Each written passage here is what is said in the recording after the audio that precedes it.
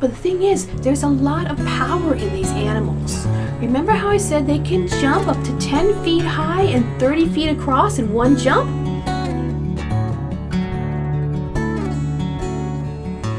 Hi everyone, welcome to Nature Explorers. My name is Darcy and I'm here from the Danbury Public Library. Today we're going to talk about an animal that we have a lot of around our area, and you've probably seen them, especially if you're driving around in a car with your parents and you look to the side of the road on the highway and you'll see them standing around the side of the road eating. Yeah, we're going to talk about those guys. Those guys have what is known as dimorphism going on. Dimorphism is when males and females of a species have different characteristics. So, for instance, we have our peacock and our peahen here. The peacock has those big, huge feathers and he's all brightly colored. Yeah, whereas the peahen, she's a lot more sedate, isn't she? Yeah, she doesn't have those big tails, feathers. That's because she needs to be able to camouflage when she's sitting on the nest, and he gets to show off those giant feathers. We also have dimorphism going on when it comes to sizes of animals. So we kind of mentioned last week that the horseshoe crab female is much bigger than the horseshoe crab male. We can also see that with our spiders here. That big spider, that's the female. And that little guy, that's the male. Yeah, so she's nice and big because she's going to make eggs and have babies. And he is little itty bitty. We can also sort of see with other animals too, like our orangutans here. He's got a little bit of everything going on. He's bigger than that female, and he also has this interesting facial shape. See that big facial shape? He's got those big cheeks. Yep. So that's how you can tell a male orangutan from the much slimmer female who doesn't have those big cheeks. Well, the animal we're talking about today also has dimorphism. And to show that, we're going to look first at the skull of a female. Remember how we talked previously about how you can tell something about the animal based on the skull? Yeah, let's take a look at this one and see what we can find out. Well, first of all, we see that she has a very big nose area. Her nose would be right around here. And she has a nice long area where there'd be a sinus cavity in here. So all kinds of little bones. So she can smell really good. But when we look, her eye sockets aren't in the front like ours. They're to the side. So she is actually looking out sideways at the world. This gives her a wide area that she can see on all sides. So she can make sure predators aren't sneaking up on her. If we flip her over a bit, we're going to see something interesting.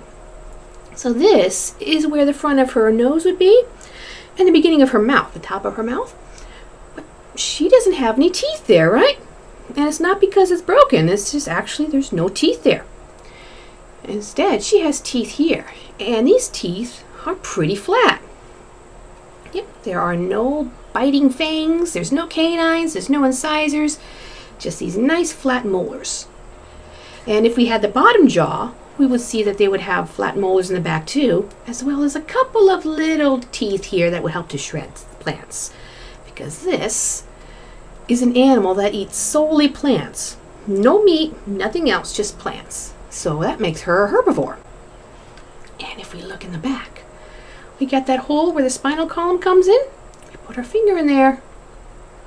We got an animal that likes to walk on 4 feet. So we now found out we have an animal that looks to the side, which means it's a prey animal. A nice big nose for sniffing, flat teeth, and walks on 4 feet. Now, we're going to look at the male skull. And I think as soon as you see the male, you're going to know which animal this is. Now, first thing with the male skull you're going to notice, he has these big, huge, horny things in the front, doesn't he? Yeah. But other than that, his skull looks very similar to the female's. I'm going to grab hers, and then we can compare them. So see, he's a little bit bigger, but not by much. And he still has the eyes on the side of his head, those big nostril areas. He still has the flattened teeth. See those flattened teeth? And no teeth in the front of the mouth. And he still has the hole, which is going to make him walk on 4 legs. But he has these amazingly huge bones on top of his head. You know what those are called? Antlers, yeah. So I bet you know what kind of animal this is, huh? That's right, this is a deer. This is a white-tailed deer. And this is the male of the species, and he has these big old antlers. We're going to talk about how he gets these antlers and why they're so important to the deer here in a bit. But the female, as you see, she does not have antlers. Nope, her skull is completely round. She doesn't even have the little bony parts here that the antlers attach to. Nope. There we go. So that's the male. I'm going to put him down because he's kind of heavy with these big old antlers. So our white-tailed deer here are members of the Cervidae family. Other members of this family include things like caribou, or what we normally call reindeer, and moose. Big, huge moose. And if you thought the antlers on that deer were huge, moose antlers can get gigantic. Yeah, they're big, huge animals. Adult deer can get anywhere between 110 to 300 pounds. And a lot of that, the bigger ones, are the males because they have those huge antlers. That adds a lot of weight. Deer fall under the least concerned category of animals. We talk about that extinction line with the horseshoe crabs. Well, these guys are at the very opposite end of extinction. There's a lot of them out there, and the population is very stable. A large, stable population means that these animals are doing really good. And part of the reason they're doing really good is because, to be honest, they like a lot of stuff that we grow. So if we're in a wooded area and we grow a garden, even if it's a flower garden, these guys are gonna love to visit and eat your garden. So since we grow a lot of that, there's a lot of extra food for deers to eat. On top of that, the big animals that would eat these guys, they've been chased off to other areas because we don't want them near us either.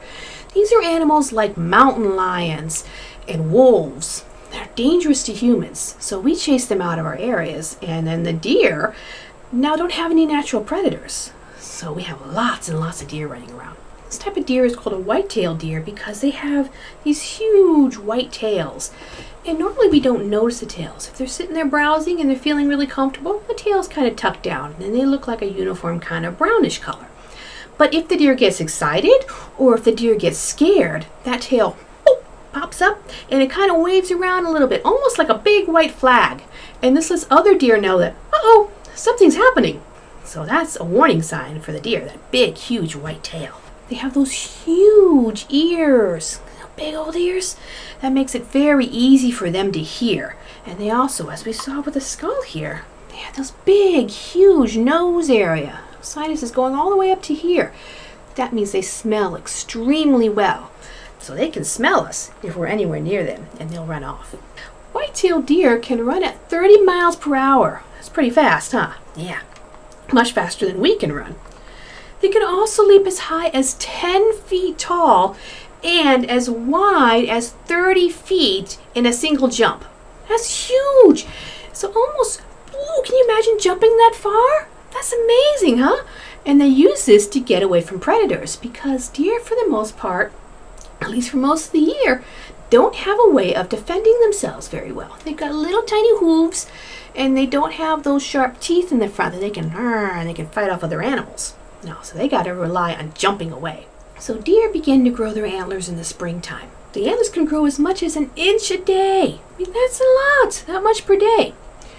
And because of this, the tissue that makes up those antlers is considered some of the fastest growing tissue on the planet. That's really amazing. The antlers will continue to grow all throughout the summer. And around this time of year, they've pretty much gotten as big as they're going to get for the year. And while they're growing, they look kind of funny, huh? They don't look like that bony stuff we see. They look like this guy in this picture here. He looks soft and fuzzy, doesn't he? Yeah, that's because when the antlers are growing, they actually are soft. And they're covered by this very special skin that's nice and fuzzy, and it's called velvet. And this velvet does a couple of different things. First of all, it protects the antlers. As I said, the antlers are soft right now. They're vulnerable and they can get damaged. So the antler fuzz on there, all that velvet, helps to protect them and keep them safe and kind of padded. The velvet is also what's taking all the blood up into the antlers to help them to grow. But when we see the antler deer normally, we don't normally see them with the velvet, right? Well, that's because around this time of year, something is starting to happen.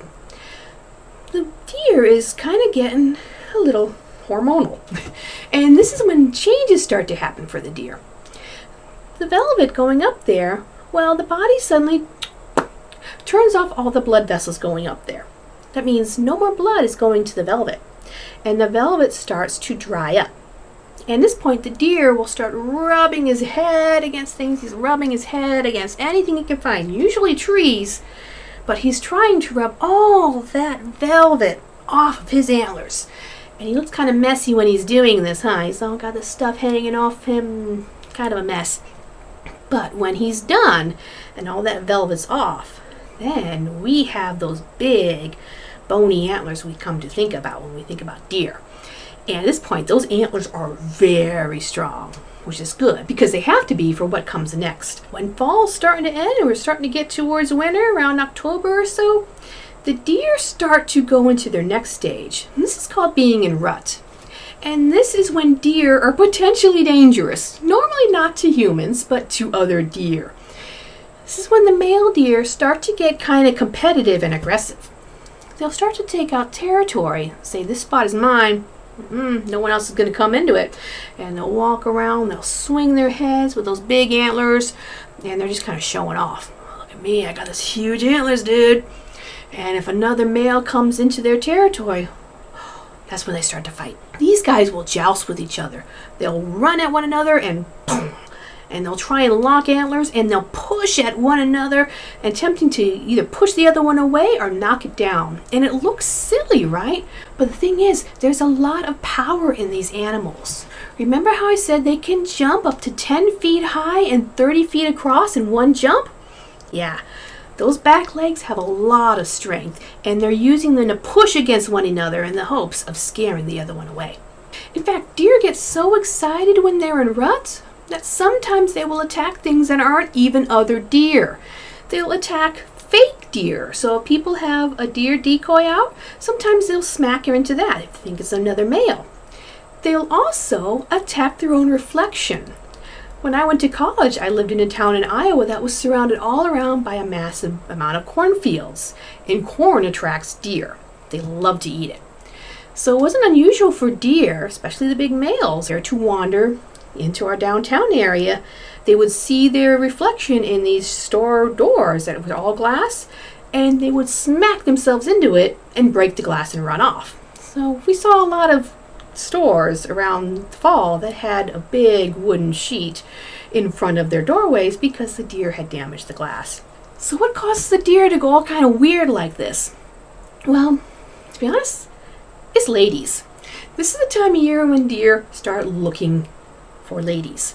And along with being able to defend themselves against other deer, those huge antlers, those are kind of like the bling bling of the Cervidae world.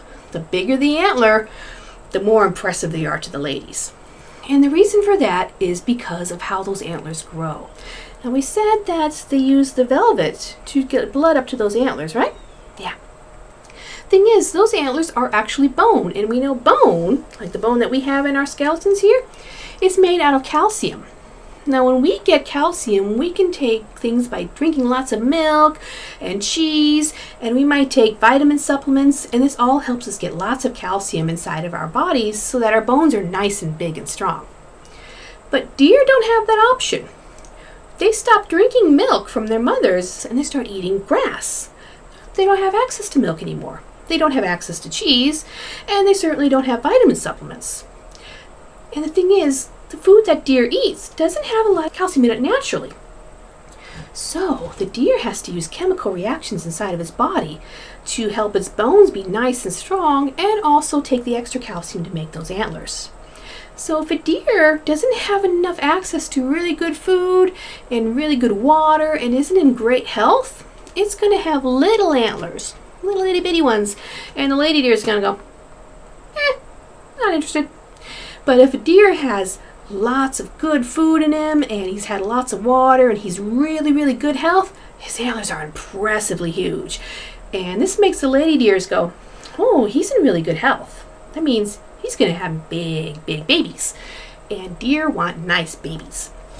So now we're going to get into baby deers, which are known as fawns, and they are adorable. In fact, here's one here. You see, look how cute it is. And you notice that the baby deers, these fawns, they're a slightly different color, right? Yeah. The parents are all kind of a dullish brown color, so they blend in really well with their background. Around the trees and everything, it's very hard to see them. But the fawns are a lot brighter, and they have these white spots all over them. So you think, well, that would make them very easy to see, right? Not exactly. Those white spots actually are a form of camouflage, and they help to break up the outline of the deer. And this is very good for fawns, because when they're really little, the first month or so, they can't follow their mother very well, because they got those spindly little legs and they can't go fast enough. So what she'll do is she'll find a nice safe place that doesn't smell like predators or humans and have the fawn lay down there. The fawn's going to curl up all nice and tight into a little ball, and then it's going to go into a freeze mode. And the fawn is not going to move. No matter how close something gets, that fawn will try and stay in that freeze mode as long as it possibly can and wait for the mother to come back. Meanwhile, the mother's off and eating, and she'll come and check on her baby a couple times during the day, but for most of the day she's going to leave it curled up in that little patch of grass. So if we ever do actually see a fawn, which occasionally can happen, they're curled up in the grass like that, a lot of people think that, oh, the fawn was abandoned, and they try and take the fawn in and take it to a vet. But the thing is, that fawn's not abandoned. Even if you can't see Mama Deer, she's pretty close, and she's probably able to see you. So if you try and take the fawn away, well, then she can't have her baby. And if you scare the fawn by trying to pet it or make a loud noise to get it to run, the fawn will wander off, but then Mama may not be able to find it again. So if we ever do see a fawn all curled up all nice and tight in the grass like that, it's best to just kind of look at the fawn and say, oh, how pretty, because they're very, very pretty. And then we just kind of leave them alone. We don't try to pet them. We don't interact with them at all. We just leave them alone, because even though they're not moving, they're very scared because they know we're big and we smell like we might be a predator, and they're hoping by staying very still and very small that we'll leave them alone. So we just want to leave them be, and eventually Mama Deer will come back and check on the fawn, and if she notices the smells that we were nearby, she may even move the fawn someplace else where it'd be safer. So we got our male here, right? And winter's coming, and he doesn't need these big, huge, heavy antlers anymore. So his body decides to do something a little interesting. It turns down a hormone named testosterone. This is usually associated as the male hormone, but everybody has testosterone. Even women do. Yep, we all have testosterone. Just males have a lot more of it. And this testosterone is what caused him to grow these huge guys in the first place. But his body's saying, you know something? I don't need these anymore. I'm not really interested in picking fights right now, and food's getting really scarce, and it takes a lot of energy to, first of all, create these things, but also to carry these big, huge, heavy things on my head. So the body decides to dial down on the testosterone, and that causes an interesting reaction. So this part of it right here, this is called the pedicel. And this is where antlers grow from. So there's a little bit of area in between, like a disc, that is the connection between the antler and the skull. And when the testosterone is dialed down, well, that area begins to weaken. And when it weakens, well, something starts to happen.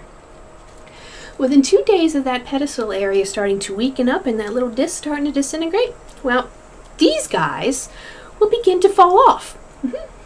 So between 2 days to a couple of weeks after that starts happening, the deer will actually shed their antlers. And the thing is, the antlers don't all fall off at the same time, so it's pretty normal to see deer looking a little bit lopsided when they start losing their antlers. So those are our white-tailed deer, and they're not going to let you get very close to them because they are kind of nervous animals. But if you're driving along with your parents along the highway early in the morning, and if you're doing it late afternoon, it's starting to get a little dark, if you look along the side of the road, you might see some just kind of standing around eating.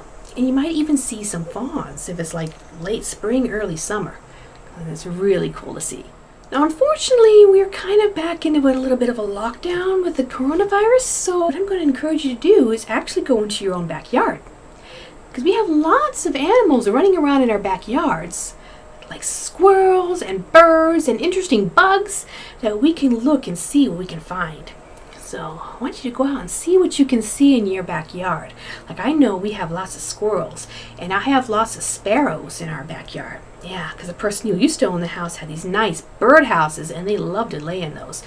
I have beetles, like stag beetles, and I have praying mantises. And I also have a skunk.